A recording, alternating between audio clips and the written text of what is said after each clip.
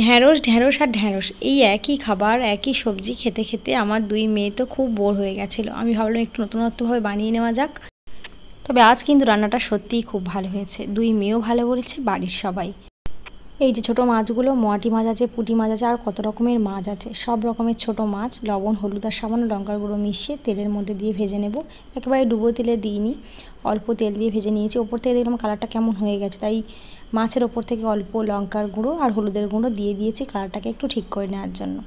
ব্যাস এইভাবে উল্টে পাল্টে সুন্দর করে কড়া করে ভেজে নিয়েছি। ছোটো মাছ ভাজা খেতে তো দারুণ লাগে, এটা হলে বোধহয় আর কিছুই যায় না গরম ভাতের সাথে। তো এই মাছটা দিয়ে আজকে দারুণ একটা রান্না বানিয়ে নেবো, আর সাথে ঢ্যাঁড়স দিয়ে। এখন মাছ পুরোপুরি ভাজা হয়ে গেছে, কড়াই পরিষ্কার করে নিয়ে আবার একটু সর্ষের তেল দিয়ে দেবো, আর তারপরেই দিয়ে দেবো গোটা জিরে। তেলের মধ্যে গোটা জিরে ফোড়ন দিয়ে নেওয়ার পরে দিয়ে দেবো কাঁচা লঙ্কা আর পেঁয়াজ।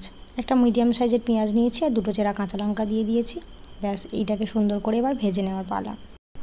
আমার প্রত্যেকটা রান্না যেটা না করলেই নয়, এই পেঁয়াজ আর কাঁচা লঙ্কার মধ্যে অল্প একটু লবণ দেওয়া।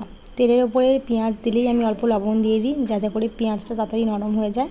তারপরেই দিয়ে দেবো একটা গোটা টমেটো, টুকরো করে কেটে নিয়েছি। টমেটোটা দিয়ে সুন্দর করে ভেজে নেব। টমেটোটা যতক্ষণ না পর্যন্ত একদম নরম হয়ে যাচ্ছে ততক্ষণ পর্যন্ত এইভাবে আস্তে আস্তে ভেজে নেব।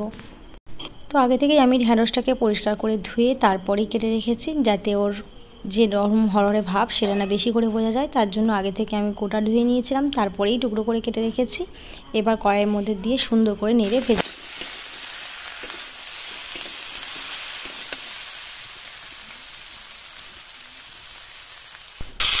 অল্প একটু ভেজে নেওয়ার পরে দিয়ে দেবো হলুদের গুঁড়ো আর লঙ্কার গুঁড়ো দিয়ে আরও ভালো করে ভেজে নেবো, যতক্ষণ না পর্যন্ত সুন্দর করে ঢ্যাঁড়সটা ভাজা ভাজা হয়ে যাচ্ছে। দেখতে যতক্ষণ না ভালো লাগছে ততক্ষণই ভাজবো। তারপরেই দিয়ে দিয়েছি আমি জল।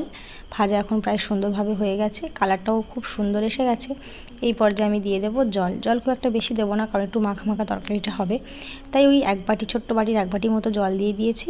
ব্যাস এবার ঢাকা দিয়ে দেবো। ওই 15 থেকে 20 মিনিট মতো ঢাকা দিয়ে রাখলেই সুন্দরভাবে রেডি হয়ে যাবে। অল্প সেদ্ধও হয়ে গেছে আর ভেঙেও যায়নি ঢ্যাঁড়সগুলো। এই অবস্থায় ভেজে রাখা মাছটাও দিয়ে দিলাম, দিয়ে সুন্দর করে নাড়িয়ে নিয়ে আর 5 মিনিট মতো বসিয়ে রাখলেই উনুনে হয়ে যাবে আমার সুন্দর একটা ঢ্যাঁড়সের তরকারি, যেটা খেতে গরম ভাতের সাথে দারুণ হয়েছিল। পারলে একবার বাড়িতে অবশ্যই ট্রাই করো।